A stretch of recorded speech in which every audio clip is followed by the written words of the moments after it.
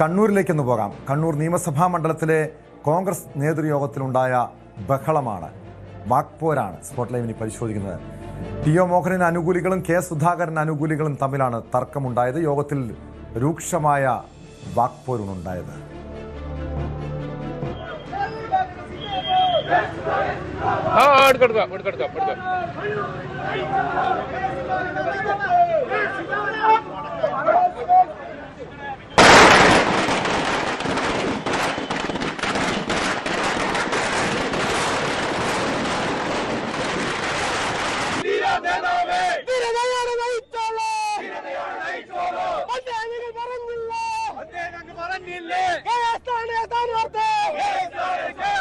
വിശദാംശങ്ങളുമായി KV ബൈജു ചേരുന്നുണ്ട്.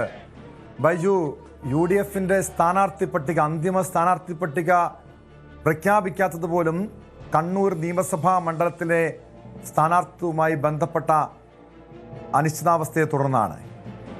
അവിടെ മുൻ മേയർ ടി.ഒ. മോഹനന് വേണ്ടി ഒരു കൂട്ടം ആളുകൾ രംഗത്തെത്തിയിട്ടുണ്ട്.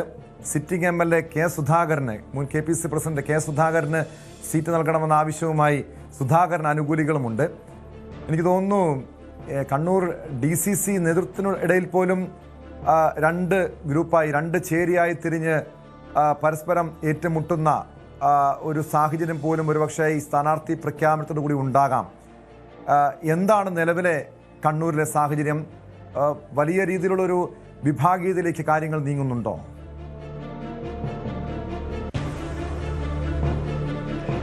ടോമേ, ദില്ലിയിലും അതുപോലെ തന്നെ കണ്ണൂരിലും കഴിഞ്ഞ 2 ദിവസമായി, പ്രത്യേകിച്ച് ഇന്നലെ രാത്രി മുതൽ ഈ സമയം വരെ സംഭവ ബഹുലമായ കാര്യങ്ങളാണ് നടക്കുന്നതെന്ന് പറയേണ്ടി വരും.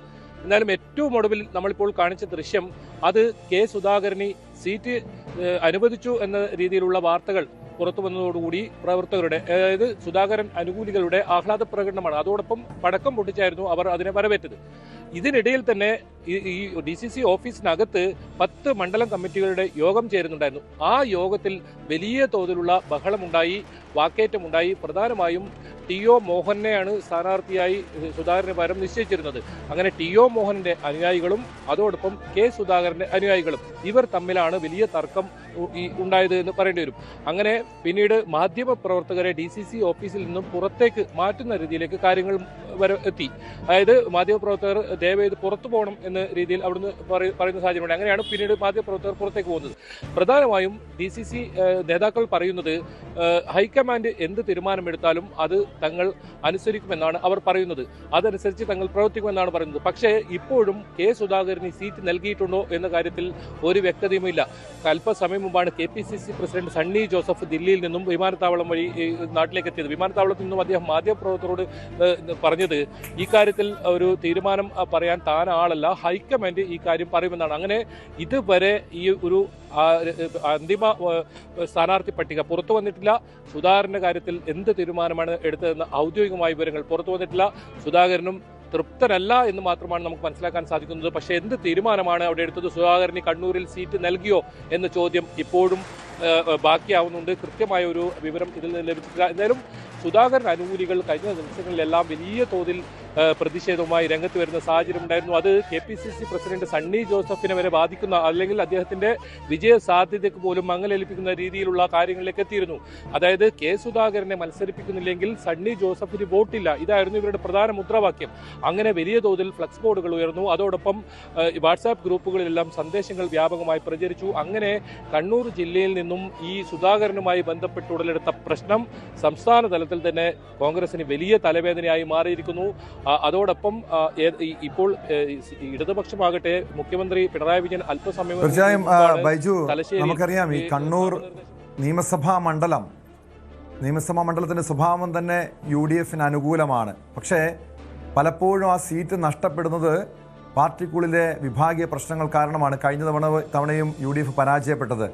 കാരണം നഗരസഭ, കണ്ണൂർ കോർപ്പറേഷൻ ഭരണം നിലനിൽക്കുമ്പോൾ തന്നെയാണ് ഈ രീതിയിലുള്ള തിരിച്ചടി UDFന് കണ്ണൂരിൽ സംഭവിക്കുന്നതും. എന്തായാലും ആർക്ക് സീറ്റ് നൽകിയാലും, ഇനി ടി.ഒ. മോഹനായിക്കോട്ടെ കെ സുധാകരനായിക്കോട്ടെ, ഈ വിഭാഗീയത സ്വാഭാവികമായി മുന്നോട്ട് പോകില്ലേ? ഈ വാക്പോര്, തർക്കം, അത് UDFന്റെ വിജയസാധ്യതയെ പോലും ബാധിക്കില്ലേ ബൈജു?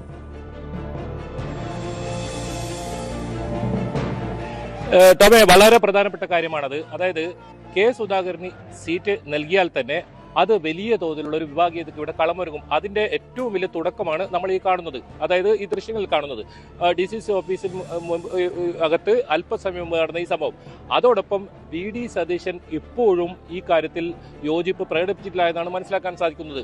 ഏതെങ്കിലും തരത്തിൽ സുധാകരന് സീറ്റ് നൽകുകയാണെങ്കിൽ താൻ വിട്ടുനിൽക്കും എന്ന രീതിയിലൊക്കെ സ്വകാര്യ സംഭാഷണങ്ങൾ VD സതീശന്റെ ഭാഗത്തുനിന്നുണ്ടായി എന്നാണ് അറിയുന്നത്. അങ്ങനെ ഈ പ്രശ്നം ഇപ്പോഴും കീറാമുട്ടയായി നിൽക്കുന്നു.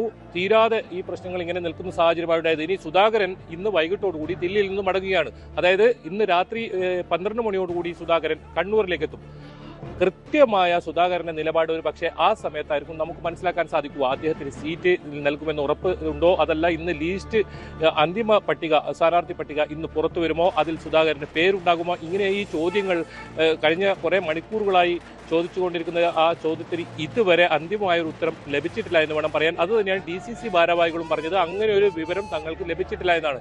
അങ്ങനെയെങ്കിൽ ഇനിയും സങ്കീർണതകൾ ഏറെ ഉണ്ടാകും. അത് KPCC പ്രസിഡന്റ് സണ്ണി ജോസഫിന്റെ പേരാവൂർ മണ്ഡലത്തിൽ അദ്ദേഹത്തിന്റെ ജയസാധ്യത അല്ലെങ്കിൽ അദ്ദേഹത്തിന്റെ നിലനിൽപ്പിനെ തന്നെ ബാധിക്കുന്ന രീതിയിലായിരിക്കും. അതോടൊപ്പം പയ്യന്നൂരിലും തളിപ്പറമ്പിലാണ് പ്രധാനമായും. തളിപ്പറമ്പിൽ കോൺഗ്രസിന്റെ സ്ഥാനാർത്ഥിയെ നിർത്തണം എന്ന് വലിയ തോതിലുള്ള ആവശ്യമായ ഒരു വിഭാഗം രംഗത്ത് വന്നിട്ടുണ്ട്. അവിടെ ഗോവിന്ദനെ മാഷയെ പിന്തുണയ്ക്കാനാണ് ഇപ്പോൾ തീരുമാനം. അവിടെ സ്ഥാനാർത്ഥിയില്ല.